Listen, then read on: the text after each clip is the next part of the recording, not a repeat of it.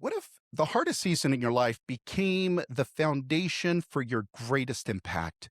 My guest today knows exactly what that feels like. She went from sitting alone at lunch and wondering where she belonged to building a community of hundreds of thousands of people who look to her for inspiration every single day. But this episode isn't just about social media. It's about resilience. It's about leadership before you have a title. It's about overcoming bullying, finding your voice, and learning that authenticity is far more powerful than perfection. And for those of us in business, insurance, law, and leadership, this conversation is something else entirely. It's an opportunity to better understand the next generation entering our workforce. What motivates them? What earns their trust? And how do we create organizations where they actually want to build their careers? If we're serious about developing future leaders, we need to spend less time talking about Gen Z and spend more time listening to them. Today, we're doing exactly that. So join me as we sit down with runner, creator, advocate, and one of social media's most authentic voices, Kaylee Bamfield, better known as GF Runner or Gluten Free Runner.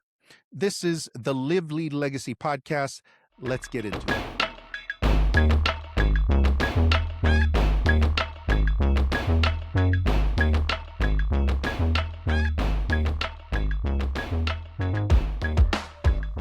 Kaylee Bamfield, welcome to the show.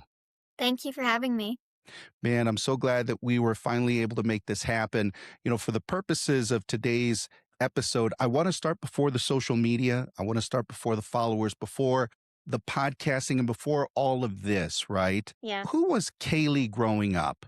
Well, growing up, I had been pretty shy usually, and just as a kid, I had a few close friends here and there, and we hung out a lot, and I was just pretty much a normal kid, hung out with my brothers a lot, just had life, I guess. And then in ninth grade, my family and I moved from, we were around 2 hours from where we had originally been living, and it was a reset, and we were all pretty excited about it. And then I had been a competitive cheerleader, so I joined the cheer team at my old high school, which was exciting at first, and I thought it was going to be really great. And it ended up not being so great. And there were quite a lot of bullies on that team, both Hmm. from coaches and other teammates. And I realized it really was not a great environment for me to be in. So I decided to quit because it just wasn't worth my mental health. But ironically, after I quit, it ended up being a worse situation and just creating more drama at school. And school became less of a place to learn and more of a place to be alone and just feel constantly in like a fight or flight mode. And so I spent the rest of that year kind of just feeling like an outcast and like a loner.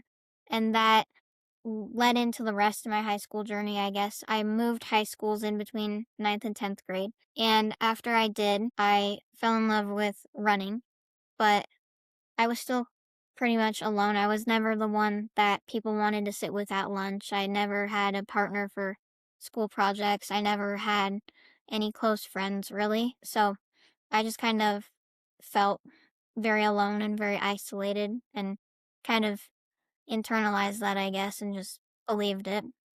Kaylee, you have quite a story, and I appreciate you being honest, transparent, and somewhat vulnerable. I know that sometimes, certainly, it's difficult to talk about the things that are challenging, right? And quite personal to you. So, thank you for being willing to be vulnerable on this episode. I'm curious, what sort of feeling or what sort of emotions were you able to take away? You mentioned that you started running. Did you feel like running offered you something that maybe cheerleading didn't? Obviously, aside from the environment that you were faced to navigate with the bullying with the other cheerleaders on the team, were there certain emotions or certain feelings that you felt you were able to pull out of the running experience? Sure. I realized with running that really you could put in as much as you wanted, and whatever work you put in, that's what you get out of it at the end of the day. And I really liked that because The only reason I joined running was really because it was the only sport I could join. I couldn't do soccer or volleyball or basketball because of the tryouts, and you have to be good at that. And I had never played any of those really before. And cross country was not a cut sport. So I joined it really just because why not? And I came to find out soon after that running is a really, really great thing. It's a mental release. It's a honestly a physical release because it feels so rewarding to just work so hard at something, and then even if it doesn't come as fast as you want, because with running it's not overnight. It's consistently you have to keep working at something, but that's a really great part about it too. Now, watching you on your social media channels and seeing you interact with your followers, you come across very confident. You come across very comfortable in your own skin. When did that transition happen? Or have you always been comfortable in your own skin? I know you talked about, the experiencing with bullying, but growing up younger before that season in your life, were you always that confident kid, that comfortable person in your own skin? That's funny. I never, ever, ever have been confident. I always, when I was younger, I was always like, I always thought I'm not the type of person that cool things happen to. I always kind of thought of myself as more of a side character that no one really cares about. And I will say I have been quite insecure, as most people are, about various things throughout my life. And I don't let that sort of define me anymore because I've realized through social media. So when I started my social media about a year ago, I was such a different person. I have grown so much over the course of with and through my social media. And I realized that, maybe I'm not, you are your own worst enemy. Maybe I'm not all those things that I thought I was. Maybe I am Hmm. worth more than that and I can do more than I thought. So, social media has helped me become more confident and conversely helped me help others be more confident too, which is really rewarding, and really, I owe it to my followers really for helping me be more confident because Kaylee May 2025 down here, but Kaylee May 2026, I've just grown so much and become much more confident. So that's pretty cool. That's so incredible. The things that you're saying, a couple of things stand out. One is the power of words, right? The words that we speak to others is pretty big. We can really impact the way that somebody feels about themselves with the words that we speak to them. But the second thing that stands out, Kaylee, is your experience of figuring out, well, maybe I actually have more to me than what people say that I am, right? And coming to the realization that you are more than the words that are spoken to you is pretty powerful to me. And I think we deal with that every day. I'm Mhm. in my 50s now. And even now, when I talk to new leaders, when I talk to individuals that are new to a chief executive officer role, there is still a sense that these individuals are still largely impacted by the words that are spoken to them. So the fact that you've come to that realization, maybe I am more, maybe I can do more, maybe I'm more capable than what I've been made to feel like, maybe there's a lot of truth to that. Now, let me ask you a question. When you think back, right, over the last year, year and a half, and it sounds like a lot has transpired with you getting involved on social media and just amassing all of these followers. If you think back, when do you think things began shifting socially for you, or have they? Are you now perceived differently in your circle at school? Walk me through that. So I think at the beginning of it all, I started posting recipes onto YouTube in July of 2024 because at that time I was really, really down in the dumps. I had a broken hip, and so I couldn't do cross country, and I was just really not myself. It was a hard time. And so my dad suggested, everyone's on social media. Why don't you just post some recipes on there? So I did on YouTube, and it was very slow. I got like no views and had basically no followers. It And sounds like then, my channel. yeah, you're more successful than I was at that point, though. And it wasn't until almost a year later in May 2025 where I started TikTok and Instagram. And at first, it was kind of a joke, but I never at any point did I think I'm going to be a big content creator. I was never in it for followers or views or any of that. I was just in it for the fun of it because, I had nothing else to do. So why not? And at the beginning of my TikTok and Instagram, it was kind of nobody from school really talked to me anyway. I was kind of just always alone in the back of the class. So I don't think anyone really knew about it. And if they did, they didn't come and say anything. But over the summer is when I kind of started gaining more traction because I posted a protein ball recipe and it went viral. Not for the best reasons, mostly because people were debating a bunch of things about my age and just horrible.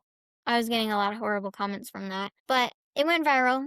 And at that point, more kids from school started texting me and they were like, "Is this you?" And I was like, "Yeah." So that became a thing. And then closer to September, so at the beginning of this school year, it gained a lot more traction because I just casually made a video about homecoming because people were asking to see my homecoming dress. So I showed the dress in a video and I said, "This is my only homecoming dress that I've ever had because I don't really want to go buy a new one every year if I'm not going to go every year because I don't have friends, so it's kind of just me standing in the corner alone." And that video blew up really, really fast. I never thought it would blow up or go anywhere, but I think it did because a lot of people resonated with my story of with feeling alone and not having many friends and being bullied. And since a lot of people resonated with that, they all saw the video and followed along for my journey.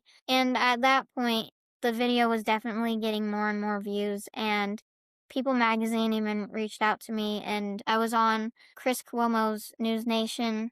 So at that point, a lot of people from school had seen it. Some of them, to this day, even mock me over it, and, Mm. you know, typical teenage, I'm gonna make fun of this sort of thing. But I think a lot of people didn't necessarily know my full story.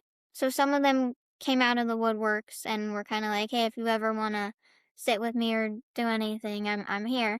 And Mm. which is really nice because a lot of people are going through things that we don't even know about.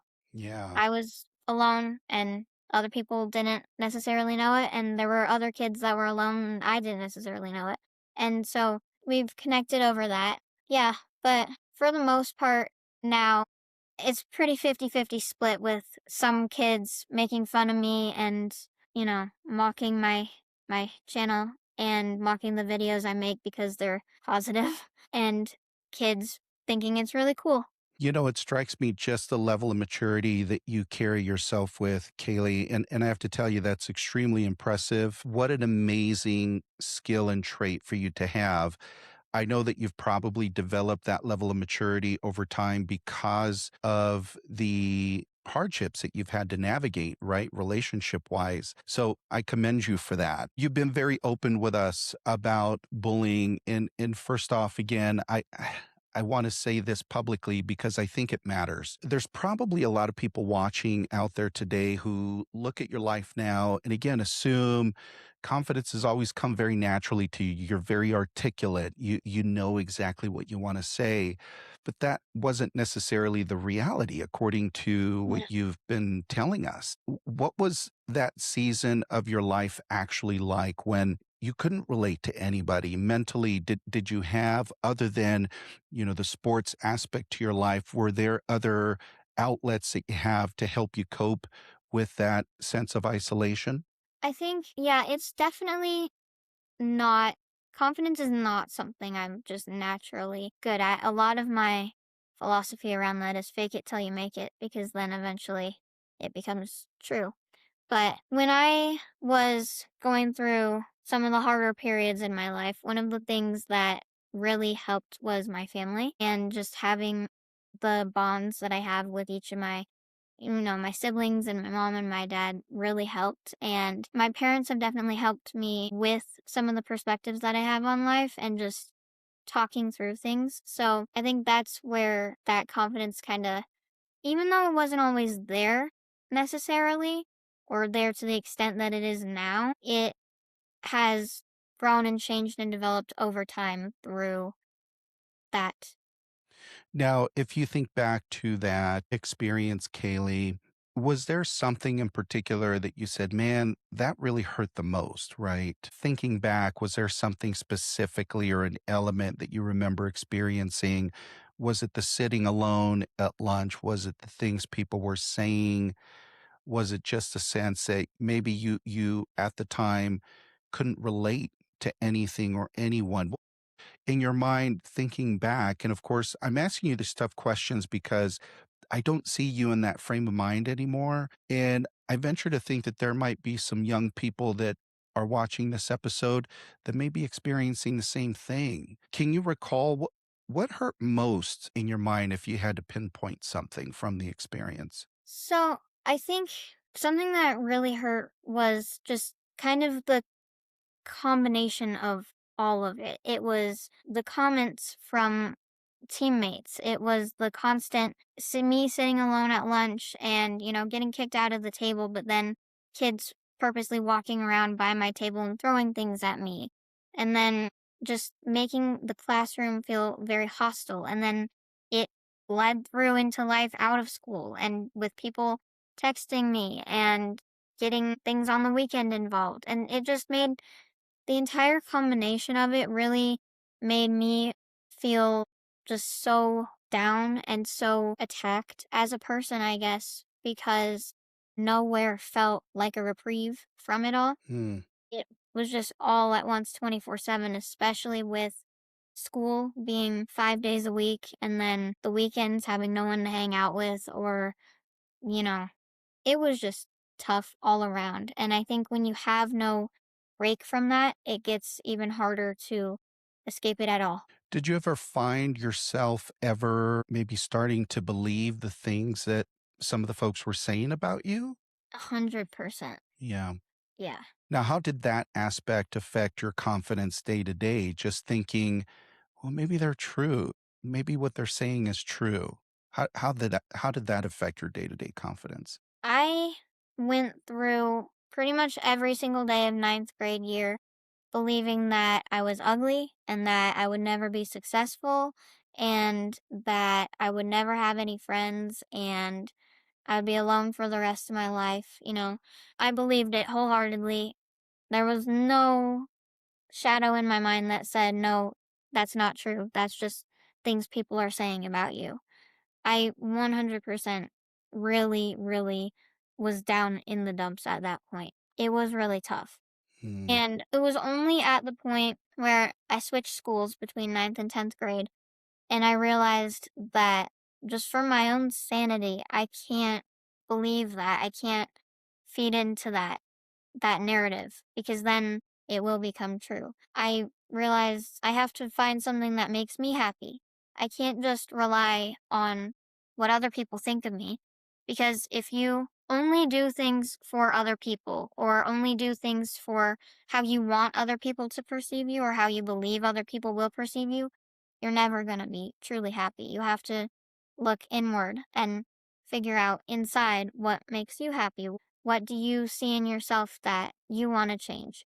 You create your situation in the world. If you want the world to change, or if you want, your situation is what you make of it. If you want it to be better, look inward first before anything else and then change that in yourself.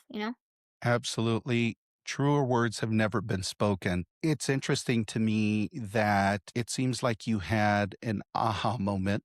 One day you said, I just can't continue like this. I've got to change my mindset. Otherwise, I'm going to be miserable. Was there something specific as you think back to that aha moment, Kaylee, that helped you come to the realization? I know you talked about having an open path of communication with your family. Were you able to be transparent with them and vulnerable with them? In hindsight, of course, I imagine you've shared everything with your family, but at the times you're going through it, were you able to share with them exactly what you were going through and what you were feeling? And how did that help propel you to that aha moment? Throughout the entire my entire journey, I have been able to share that with my family and mostly my mom and my dad. My dad and I have very long, drawn out conversations that I quite enjoy. And we just talk about, the world and things happening and perspectives. And that helped me realize a combination of all of it just building up on each other made me realize that I can't keep living this way and I need to do something to make myself a little bit better. And it of course took time and still is taking time. We're ever changing, ever evolving, ever growing. But I think that is kind of the aha moment, if you will. One thing I find powerful about your story, Kaylee, is you didn't go viral pretending life was perfect. We look at our Instagram or TikTok feeds and we see all of these people filtered, right? Filtering life and Yeah. pretending like life is perfect. That wasn't the situation for you. You actually went viral for being honest, right? And Hmm. ironically, the honesty became the thing that people really latched onto. They really connected with that. Yeah. What made you finally decide to share your experience publicly? So, like I said, I still to this day think it's crazy that I have as many followers as I do because I never have been in it to be a content creator. I never thought I never thought, like I said, I would never thought I was the type of person that this sort of thing happens to. So, for me, it's just been all the videos I make is kind of just whatever pops into my head, and it's always been for the fun of it. It's never forced and I never have to try to sell myself or anything to other people. And I think because of that, I get comments every day telling me I'm a breath of fresh air and Mm. just the authenticity is what really connects with people because so many people on social media are fake and are perfect. And yeah, it's just the fact that I keep it me and my life and just what I want it to be is kind of really helps that. My platform has grown with me and it will continue to grow with me as I keep sharing my life. And the fact that I just decided to share the bullying story one day was really just because it was a part of my life. And the fact that I did share it and was vulnerable and people connected with that is because it was all real. It sometimes gets exhausting to constantly consume things that you just can't relate to, that aren't real, that are so perfect and polished because it becomes a comparison game. And it's like, well, I'm not doing that. What's wrong with me? You know? Well, and I'll be honest with you, I've stopped following Mario Lopez because he makes me feel like a fat blob every time I see his posts. He's always fit and looking, perfect, and I'm not Yeah, perfect. So, I mean, coming from see? somebody that can relate, right? Yeah. Your platform is a breath of fresh air, and I think that authenticity is really what draws people because there are more people in this world, I think, that are living real life, and real life is not perfect all the time. It's not Yeah. beautiful all the time, right? And having someone else to say, I can relate to that. I have been there right where you're sitting in that lunchroom, right where you're sitting in your beanbag in your room, feeling like I can't relate. I've been there. And I think that that really resonates with people very strongly. When you think back about that viral moment the night before your Kaylee, you said 2025, and then you transform into Kaylee 2026 GF runner and you go viral. When you go viral, did you have like a holy bleep moment? Or like, were you scared? How did you feel when you saw your video go viral? I really, really was amazed and shocked. I didn't, I'm just a person, I'm just a girl with a phone. And so when it went viral, I remember I told my dad, I was like, what the heck? This is crazy. And he was like, keep it up. And I was like, I will keep it up. I mean, this is wild. But yeah, no, I'm still amazed to this day. And when people see me at races or in public and come up to me and ask for a picture. I think it's so cool and so crazy because I still think I'm just Kaylee. And so the fact that I have such an impact on people to where they look up to me and think I'm cool, that's where a lot of my confidence has come from too, because I realized I'm impacting so many people And that's a really cool thing because some of the messages and DMs I get are really, really meaningful to me. So I keep them, I screenshot them and I keep them in a folder on my phone and just go look back at them time to time. And it's really cool to see that impact on the world. I love it.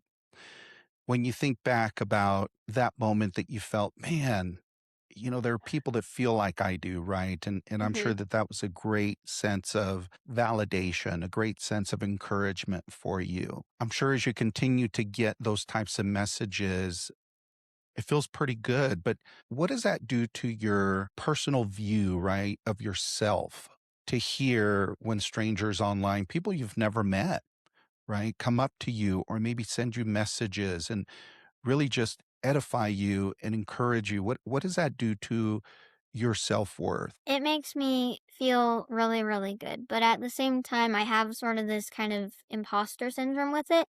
I think I'm just a person, and I think a lot of people forget that. But I don't have it all figured out. I sometimes question if I'm doing the right thing, if I'm spreading the right message, or if I'm actually impacting the world around me. But I think part of what keeps me going is there is so much negativity in the world. There is so much. I've been through plenty of hard things, some of which I've shared online, some I haven't.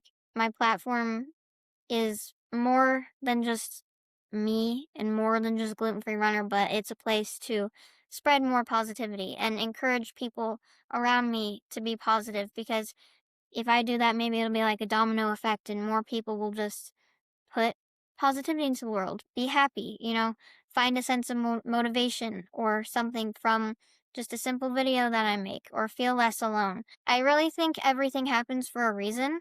I don't know why or how, and I think about this a lot, but I'm not sure why or how I have my platform. But I think I needed it for me to get out of the bad headspace I was in before and be more confident and grow myself, but also to help so many others because it's really, really cool the impact I'm having on so many other people. And I want to keep doing that in the world and keep shining my light for other people.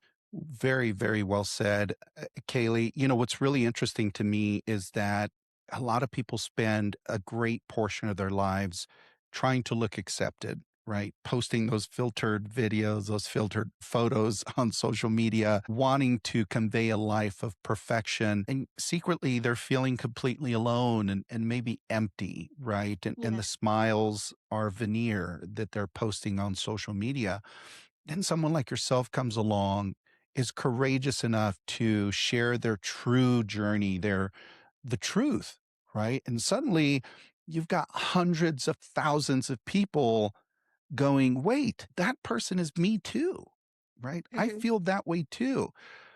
In my mind, Kaylee, that's leadership. In fact, that's true leadership when you're willing to be vulnerable and open and honest with the people around you because they will relate to that. They will follow you to the ends of the earth. And I'm not surprised that you continue to get notes of support, notes from individuals that say, man, Kaylee, what you said or what you posted, you put in words what I've been feeling. And I hope that you put that in your back pocket and understand that you're doing a great deal of good in this world Yeah. by doing that. So thank you for doing that. Yeah, thank you. For me, if I can encourage people or help them feel less alone or just make them smile, that matters more to me than numbers or anything ever will. Now, your life is a real unique mix of athleticism, gluten-free runner, you're a student, you're a creator, certainly an influencer. I would add one more to that, Kaylee, and I would say that you're actually a role model to people. And I would say that you're a role model to not just young people, but individuals from all walks of life that may be stepping in the same steps that you have stepped throughout your journey. How do you balance all of that without losing the essence of who you are individually? It's tough sometimes balancing school and my job and social media and sports and all of it. But something that I like to keep to my core is you can prioritize things and make time for what you want to do. And for me, I'm pretty ambitious. I want to accomplish a lot, but I also want to have a good impact on the world because I believe that your impact on the world is something that you should take seriously, that everyone should take seriously. And so I think at my core, I always try to stay and do what feels right for me in the moment. And sometimes it gets overwhelming. That's another thing I think that feeds the authenticity is I never force myself to post anything because if I'm not fully there and 100% into what I'm posting, I take a lot of time and I always think about what I post before I post it because I want to have the best impact as possible and I want it to be meaningful and intentional. And so if I get overwhelmed or I just can't fully be there, then I wait until I can be.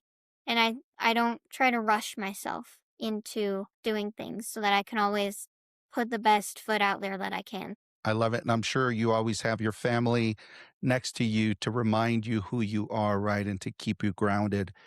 I love that. I love that about you, Kaylee. Walk us through what a typical day looks like for you. I mean, I'm sure that you must feel a certain amount of pressure to create content. And I'm so glad to hear that you don't create content for the sake of creating content or for the sake of keeping the algorithm happy, but you truly wait for moments that inspire you. And I love that.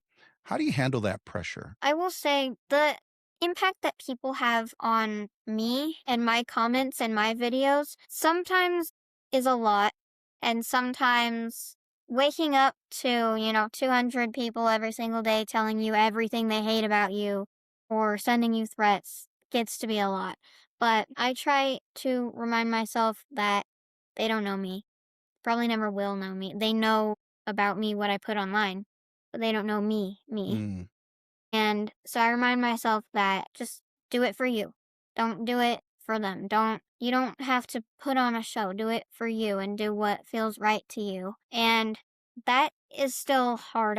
It's not 100% that I'm of that mindset. It obviously still, the pressure still affects me from time to time, but I think keeping it fun and keeping it feeling real and lighthearted to me is the most important thing. And keeping that healthy distinction too, right? That healthy separation between what you do online and what you do in real life probably helps to compartmentalize that for you.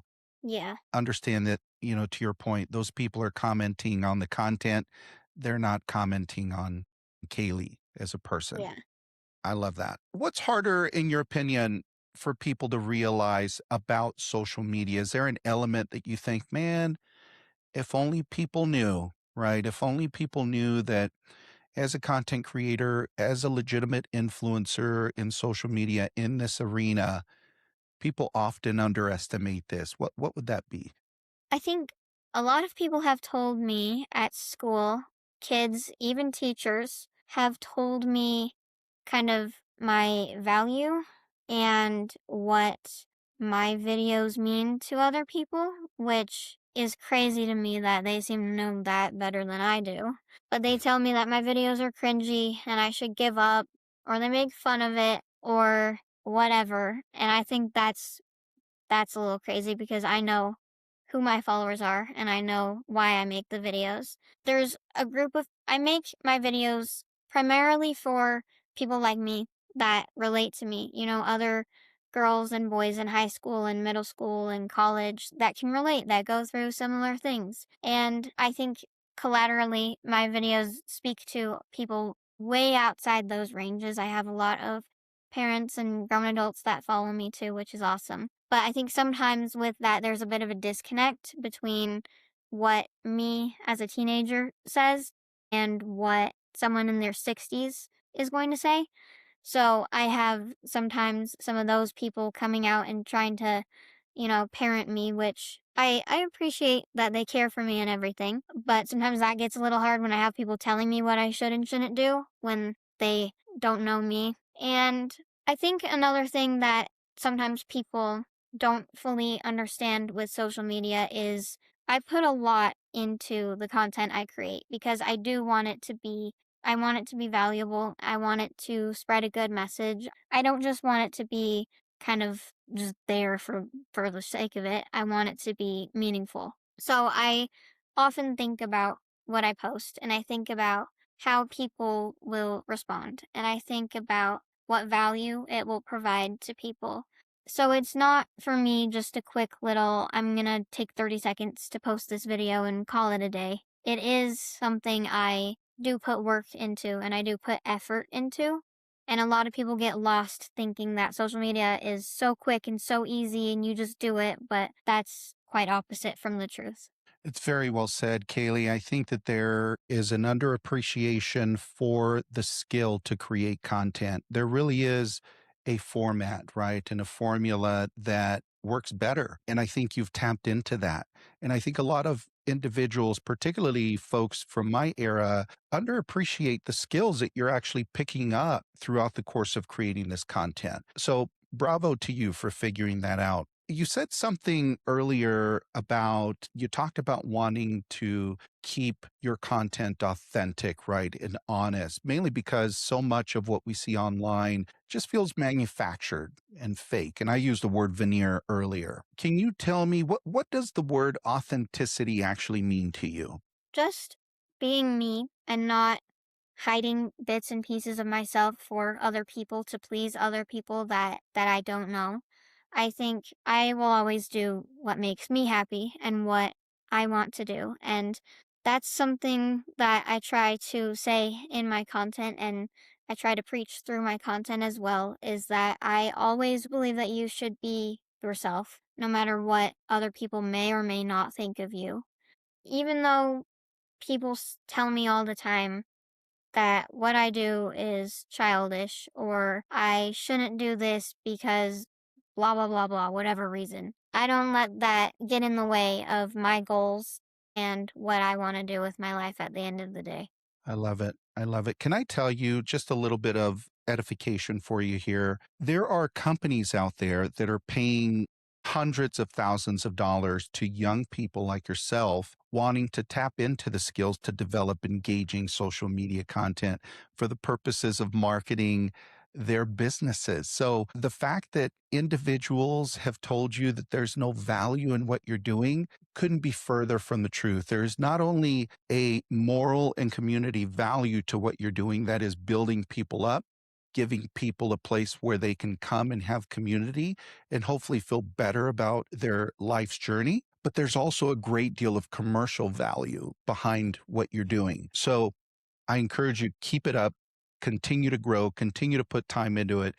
It's going to continue to pay off big time for you in multiple ways.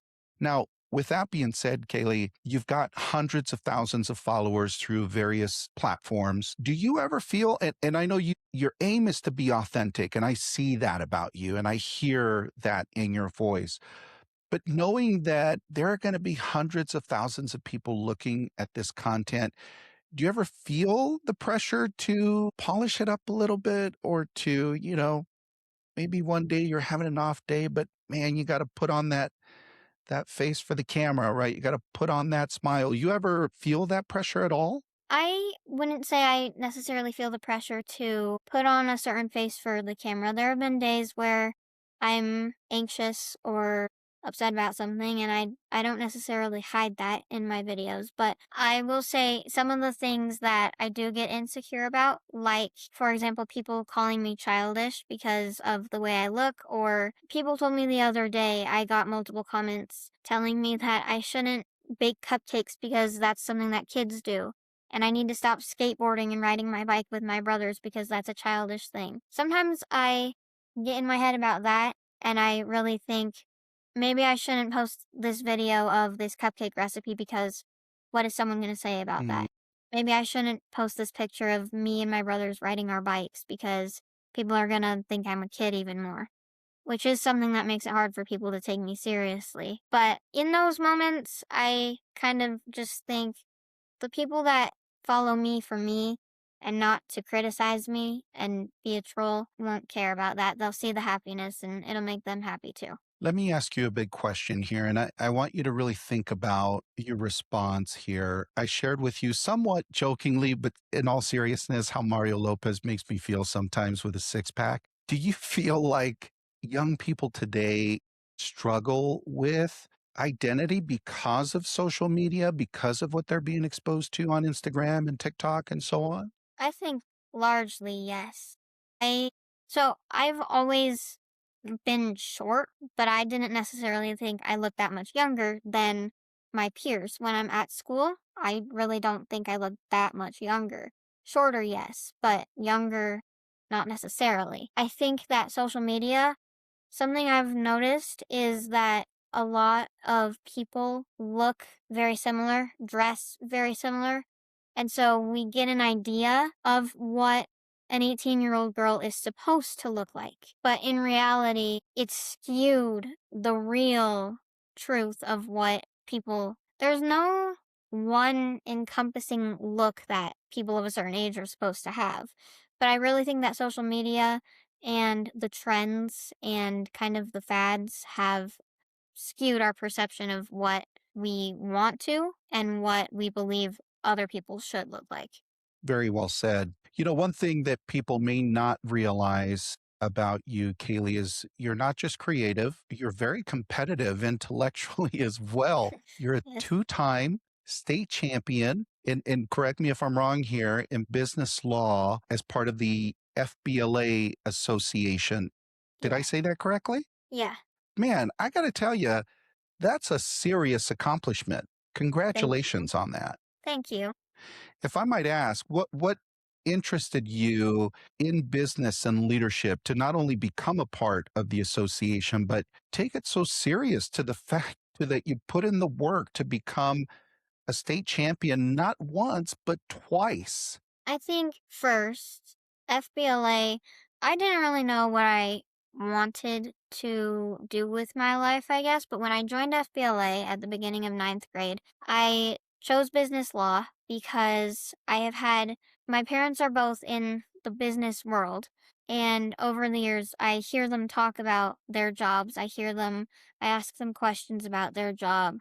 I ask my dad a lot of questions about the legal side of things, and I had always been very interested in Judge Judy. Like when I was in elementary school, I used to come home and watch that every day. And it kind of just interested me. So I chose the business law event for FBLA. And I did it. And as I was studying the questions the first year, I realized this is pretty interesting because something I like about the law is there's a lot of gray area. It's not ever just one black or white answer. There's always, if you can argue it to be a certain way, then who says it's not that way?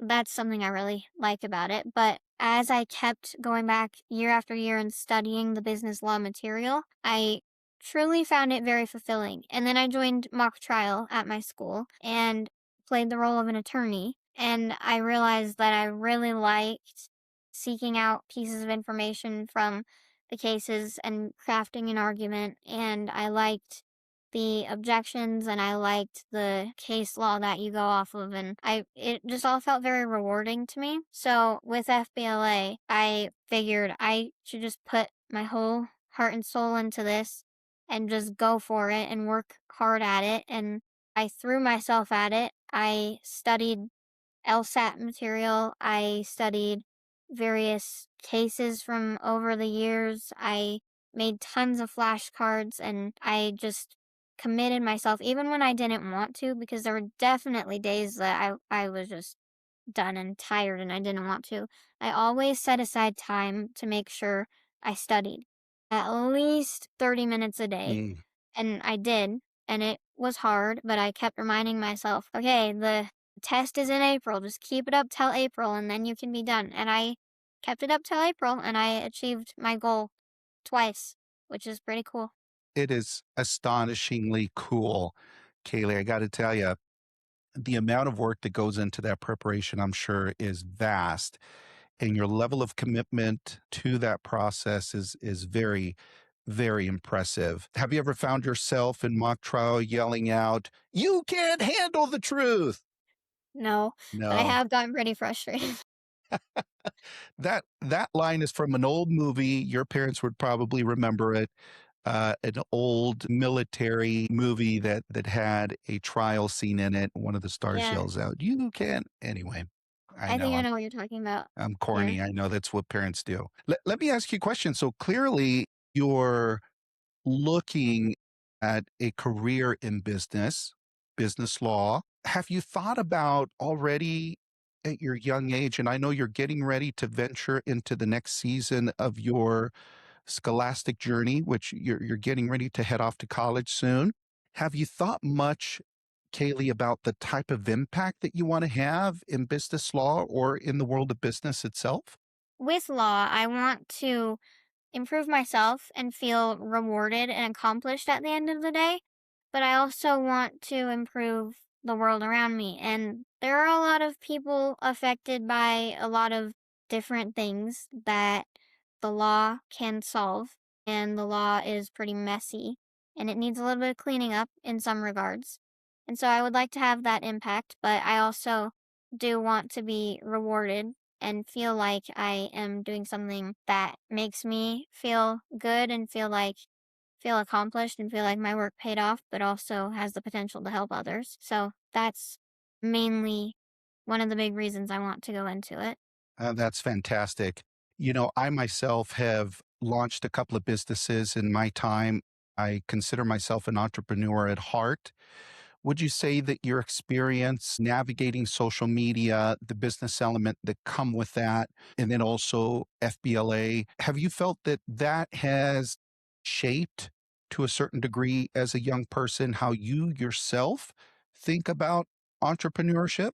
Yeah, 100%. I previously, before I started my own social media, and I still do, but I've worked for multiple local companies doing their social media, and I still do, and I love it. Right now I'm with an assisted living facility, and I really do love it. But seeing that side of it and seeing how they manage their businesses is pretty interesting to look into. And then me having my own social media platform and managing that and managing Gluten Free Runner and my impact in my image as gluten free runner is also very interesting because there is a lot that goes into it. There's a lot that goes into having people look up to you and then working with other brands and just how you interact and what you do. People always have an eye on it. And so that's an interesting perspective that it's given me too.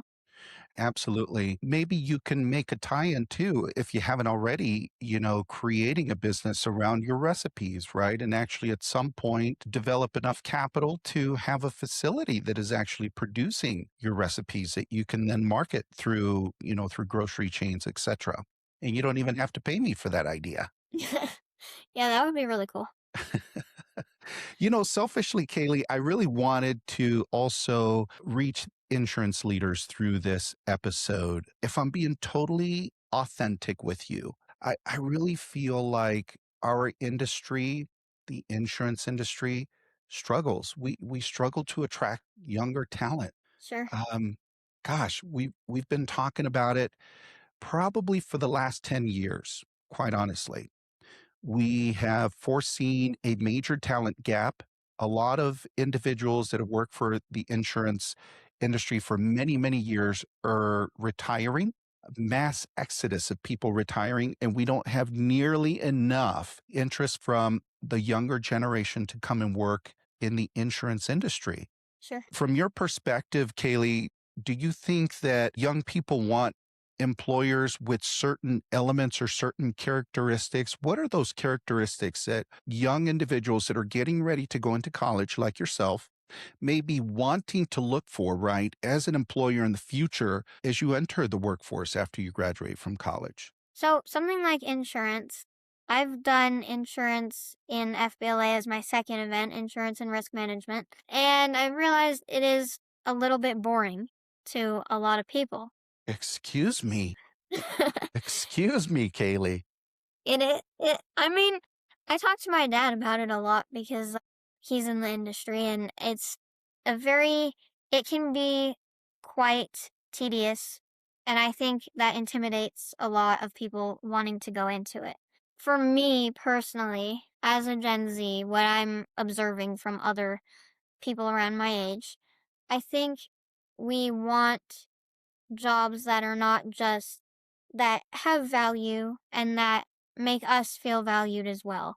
That aren't just go work, sit at a desk for, 8 hours a day and then go home and not feel rewarded, not feel like the company cares for you. I think what's important to younger generations is not just working for a big corporation where you don't feel truly valued as a person.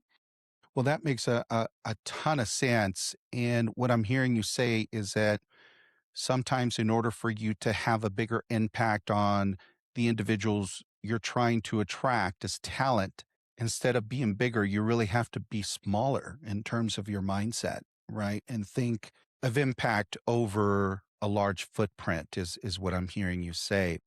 What else would you say Gen Z would be important to that generation from a workplace standpoint in making a place where they work attractive? I think Gen Z, I think we've experienced a lot of change from growing up in the COVID era and from seeing all those shifts with work.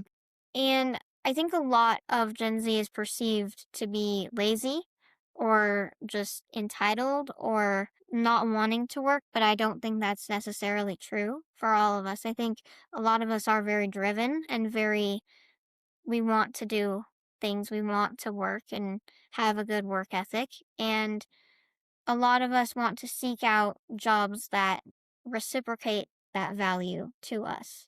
I love it. I couldn't have said it better myself. Kaylee, is there something as you think through that? Is there something that you would say is an immediate turnoff for your generation as it pertains to a workplace? I maybe jobs that I know not every job does this. It's kind of pretty situational, but from what I've observed, I think people really don't want to be in workplaces that see them as means to an end and see them as just employees that they can walk over just simply because of their inexperience, being younger, or whatever it may be. I think people that have gone to college and have worked hard for a degree want to use that degree and obviously not start right off the bat from a high up position, but work their way and don't want to be walked all over by a company. Absolutely. Let me ask you a loaded question here. I have in my mind a picture of what a good leader looks like, but from your perspective, right, and from the perspective of Gen Z, what does good leadership look like to you and to your peers? I think good leadership looks like effectively helping not just showing people where to go, but effectively helping people find their way and find their own path and their own way to go. Not just blindly showing them, telling them, do this, do this, do this, and just be subordinate to me, but showing them the way and then helping them cultivate themselves to find that way. Thank you for that. I have to tell you, the insurance industry is full of people like that. In fact, it's full of incredible people doing what I consider to be incredible work. Think about workers' comp, individuals helping injured workers. Sometimes these individuals are in the most vulnerable state of their lives, right? Depending on the severity of the injury. Certainly helping families around them, right? Oftentimes, when somebody sustains a work on the job, they don't just suffer physiologically, but their family might suffer as well if they're the primary breadwinner, right? And they might have a very significant change that's thrust upon them as a result of that injury. So, helping families is a big part of what we do for a living. Certainly helping businesses survive difficult moments, right? Some small businesses can potentially be exposed to situations where they may have to go out of business if they don't have the right coverage or if their limits for coverage are not correct or adequate.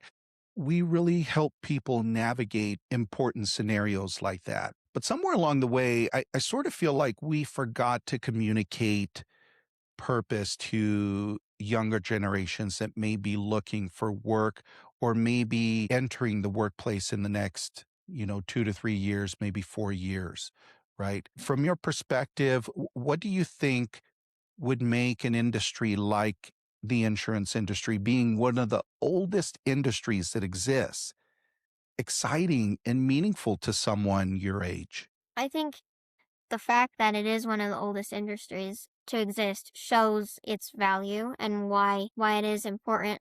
And maybe knowing that and knowing the value that insurance the people working that industry have to other people, and knowing the meaning that it can have to some people is important, because it's not just superficial. It has meaning behind it. Now, you've been very successful engaging with people online.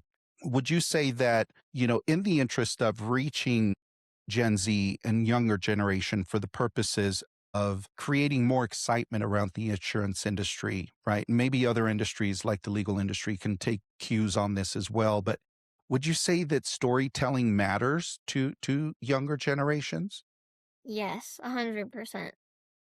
So we really need to work at creating that narrative, right? And telling the story of how the insurance industry really is meaningful, full of purpose, and making sure that we're making a difference in ways that maybe aren't face value, right? When Yeah. it comes to the industry.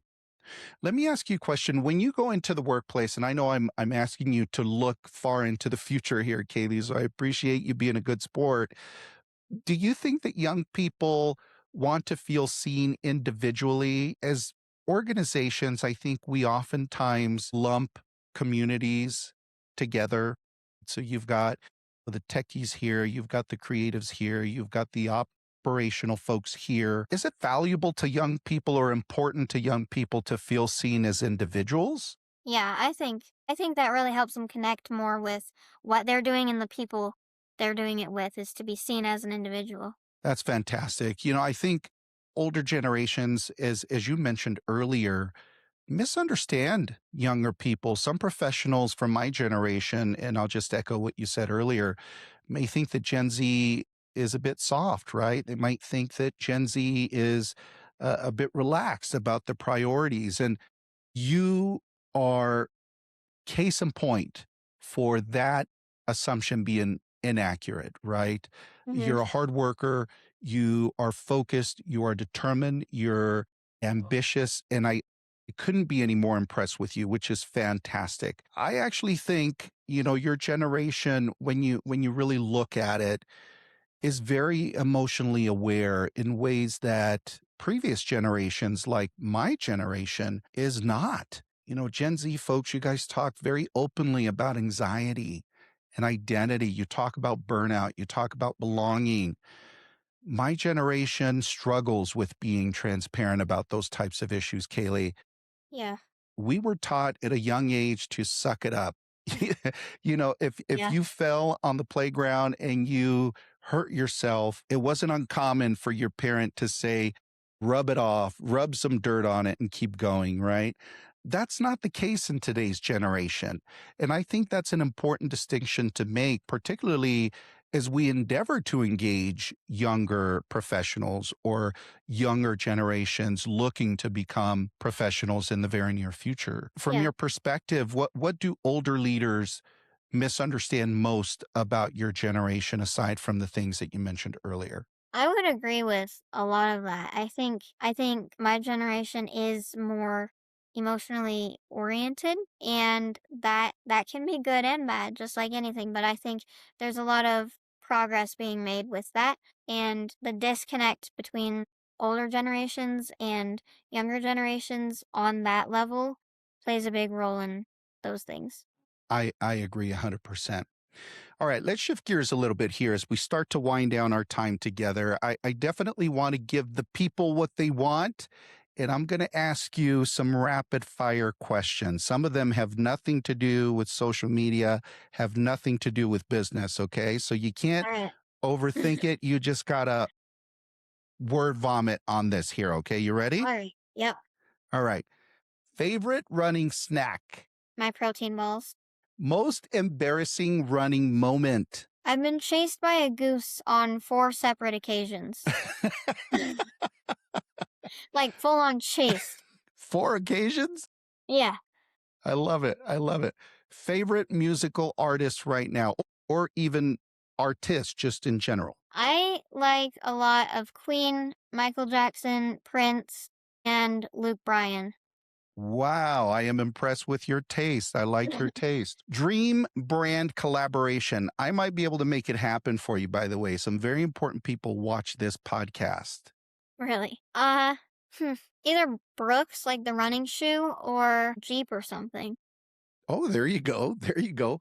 One app on your phone that you can't live without. The weather app. Wow, I did not expect that, but I love the answer. And it makes sense because you run, right? Totally makes Yeah. sense. Hidden talent that nobody knows about. I know the entire Napoleon Dynamite dance from start to finish. Is that on social media somewhere? Not yet. Not yet. I like that. Not yet. If social media disappeared tomorrow, what would you be doing? Continuing on with my life as normal, I think. I love that. Wow. Continue on. Yep, that's exactly right. Social media doesn't define you. Very, very profound words there, Kaylee.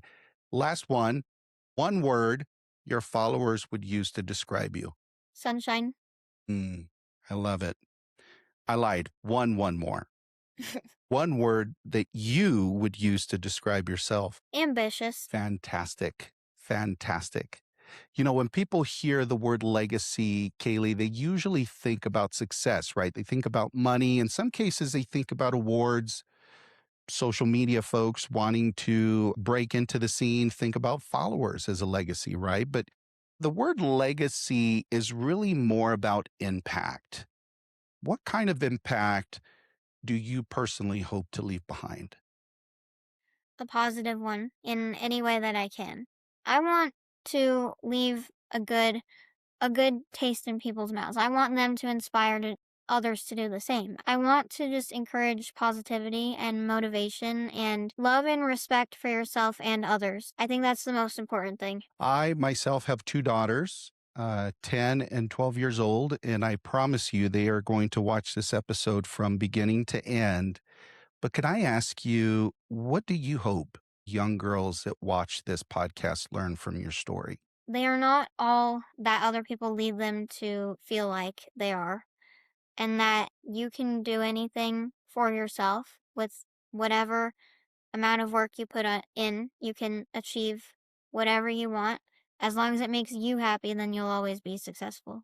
Fantastic. And, you know, a large portion of our conversation earlier was around bullying. If there was someone watching this episode that is experiencing being bullied, whether it's at work, and I'll even say this, Kaylee, or in the workplace, what would you want them to know and walk away with today?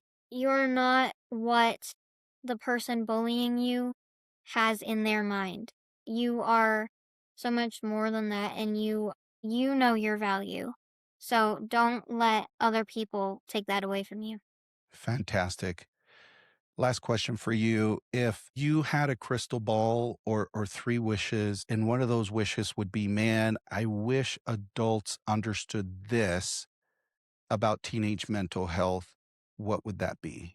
A lot of the time, it's not dramatic to talk about it or to, get help for it. It's important, and it's not just something sometimes that you can all of a sudden fix or just brush off. Pay attention, is what I'm hearing you say. Yeah, Exercise active listening, right? yeah. I love it. I love it. You know, one of the things that I am learning and really admire about you is this, that you have the ability to take a painful moment and instead of becoming bitter and allowing that moment to deflate who you are, you turn that into a moment that's relatable, right? You turn that into a moment that potentially can inspire others. And I have to tell you, that's a very rare and valuable trait to have as an individual. A lot of people, as you can imagine, who experience hardship experience the opposite, right? It becomes overwhelming for them. Not everybody can transform it into empathy for the greater good. So, with that in mind, if someone were to watch this episode and they feel invisible, potentially misunderstood, right? Or like they don't fit in anywhere, what would you want them to hear directly from you? I think bad things happen to everyone, and you can't always control what happens. You can't always control the situation that you're put in, but you can control how you respond to that situation, and you create your reality. And even if it sucks, that's not a reason to make everything else around you suck. You can take something bad and find the good in it. You can have something bad happen to you and respond to it in the strongest, best way you can. You don't have to let it define you, and you don't have to let it define your day and how you carry yourself throughout your life. Well, this has been very special. And again, really appreciate it. And it was special not because it was perfect, as we experienced earlier, or because, it was polished and perfectly edited. But I really feel that this is one of the more honest episodes that I've had the pleasure of being a part of. I think that's what people are starving for right now. And that's what you're experiencing is drawing more and more people to your platforms. To everybody watching, please remember this. The people who look confident today may have once been the people sitting alone. It's important to be kind for that reason. You never know what somebody is carrying, what somebody is leading from. Kaylee, I want to thank you again for being here. You've been so generous. You've been such a pleasure to talk to, so authentic. Where can people find you if they want to look for you online? I'm on Instagram at glutenfreerunner06 because that's my lucky number. TikTok at just glutenfreerunner, and YouTube also at glutenfreerunner. Well, thank you for that. I certainly have a feeling you'll receive more invitations to speak from events in our industry and industry influencers. So stay tuned for that, Kaylee. I hope you're ready, girl. Yeah. If you got value from the conversation today, folks, please make sure you like, subscribe, share this episode, and send it to someone that you think needs to hear it. This has been the Live Lead Legacy podcast. We'll see you on the next episode.